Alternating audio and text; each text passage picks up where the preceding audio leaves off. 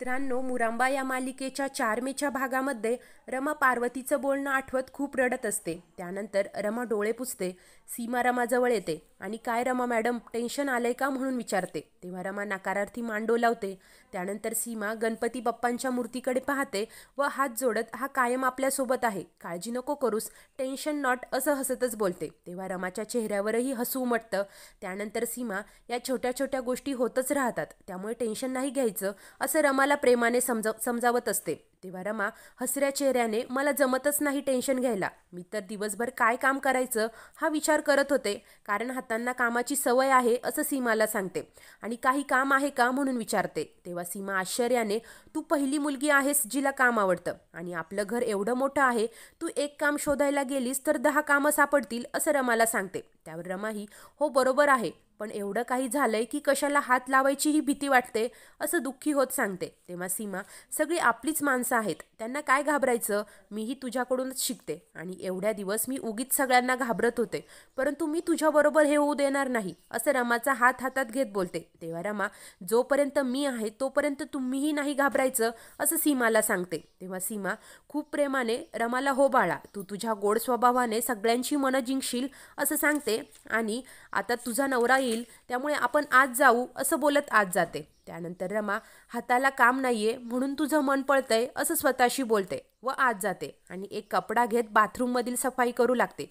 थोड्या वेळाने अक्षय दरवाजा उघडून आत येतो आणि समोर रमाला पाहून पटकन बाहेर जायला लागतो, परंतु त्याचं डोकं दरवाजावर आदळतं. तो मोठ्याने ओरडतो व तू मॅड आहेस का गं, असं कडी न लावता कोण येतं वॉशरूममध्ये असं चिडून बोलतो. रमा, मी फक्त बाथरूम स्वच्छ करत होते असं सांगते.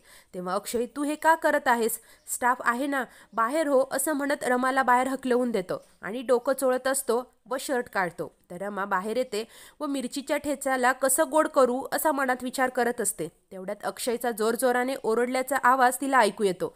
रमा दरवाजा ठोठावत, काय झालं, पडलात का तुम्ही म्हणून विचारत असते.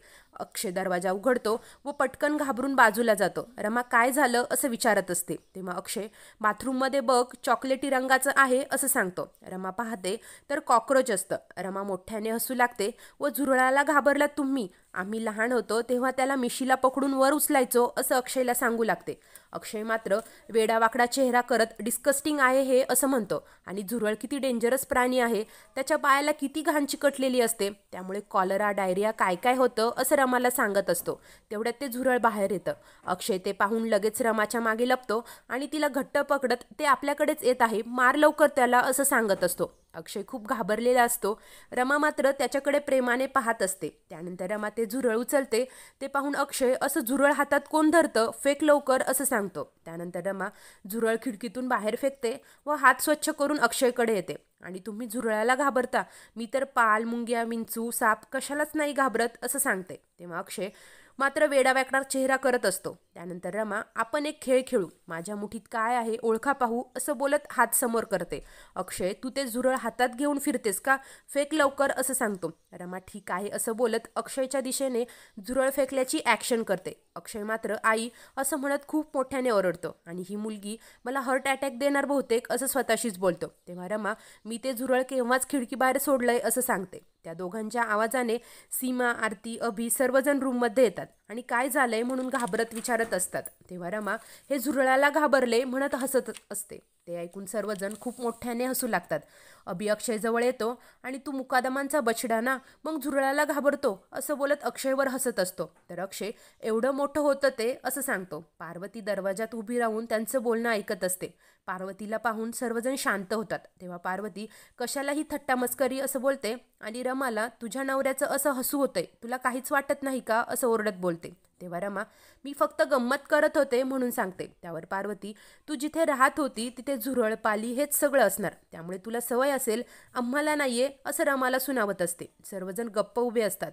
तेवढ्यात शशिकांत येथे येतो आणि नवीन आली रमा, मस्करी करत आहे, केवढं ओरडतेस तू असं पार्वतीला बोलतो आणि अक्षयला, तू चिडलास का तुझ्या बायकोवर, रमा बायको आहे तुझी, तुझी मस्करी करण्याचा पण अधिकार नाहीये का तिला, बापाच्या चुकांमधून शिक काहीतरी आणि बायकोचा आदर कर असं सांगत असतो आणि ते अक्षयवर हसू लागतो. त्यानंतर अक्षय मला खूप कामं आहेत, या पोरखेळासाठी माझ्याकडे वेळ नाहीये असं सांगतो. तेव्हा शशिकांत रमा खूप साधी आहे, बिचारी, ओरडू नकोस तिच्यावर असं अक्षयला सांगतो आणि बाहेर जातो. त्यानंतर अक्षयला शशिकांतचं बोलणं आठवत असतं. तेव्हा रमा अक्षयजवळ येते आणि त्याला सॉरी म्हणते व मला तुम्हाला स्कार नव्हतं करायचं असं बोलते. त्यावर अक्षय स्कार नसतं ग, ते स्केअर असतं, पण स्कार हा शब्दही बरोबर आहे, स्कार म्हणजे जखमा असं रमाला समजावतो. आणि झुरळ कुठून आलं असेल, बाथरूमची खिडकी कशी उघडी राहिली असं विचार करत बोलत असतो. ते ऐकून रमा खूप घाबरते व मी साफसफाई करत होते असं सांगते. तेव्हा अक्षय मला जखमा कशा होतील याची बरोबर सोय करतेस तू, का वागतेस असं, हे चिडून बोलत असतो. आणि पुन्हा त्यात शशिकांत मुकादमांनी सांगितलंय ओरडू नकोस, त्यामुळे मी हात जोडून सांगतो पुन्हा असं करू नकोस असं रमाला बोलतो. रमा हुकारार्थी मान हलवते आणि अक्षयला तुम्हाला झुरळ, मुंग्या, मधमाशी कधीच त्रास देणार नाही, कारण त्यांना आधी मी सामोरी जाईल असं सांगते. अक्षय काहीच बोलत नाही. रमा पुन्हा अक्षयला सॉरी म्हणते आणि बाहेर जाते. रमा बाहेर येते तेव्हा समोर शशिकांतला पाहून खूप घाबरते. शशिकांत रमाला प्रेमाने खाली बस म्हणून सांगतो आणि अक्षय चिडला त्यामुळे तू घाबरलीस का म्हणून विचारतो. रमा नाही बाबा असं उत्तर देते. तेव्हा शशिकांत अक्षय कितीही चिडला तरी तू घाबरू नकोस, कारण अक्षयचा राग अगदी माझ्यासारखाच आहे, मलाही रागाच्या भरात मी काय बोलतो ते कळत नाही असं म्हणत शशिकांत रमाची हात जोडत माफी मागत असतो. सीमा हे सगळे पाहते आणि तिला खूप मोठा धक्का बसतो. तर पुढील भागात मुकादम कुटुंबातील सर्व सदस्य चेकअपसाठी जमलेले असतात. रमा सुईला पाहून जोराने ओरडते व मी सुई घेणार नाही असं अक्षयला सांगते. ते पाहून शशिकांत तू तर रमाला सपोर्ट करायला हवा म्हणून अक्षयला सांगतो. त्यानंतर रमा रडत असते आणि अक्षयला तुम्ही फक्त माझ्यावर चिडता, आपल्या लग्नामुळे तुम्ही का खुश नाहीये हे मला कळलंय असं सांगते. तेव्हा अक्षय घाबरत काय कळलंय तुला असं रमाला विचारू लागतो. अशाच नवीन भागांच्या अपडेटसाठी आपल्या चॅनलला नक्की सबस्क्राईब करा व बेल आयकॉनवर क्लिक करायला विसरू नका. धन्यवाद.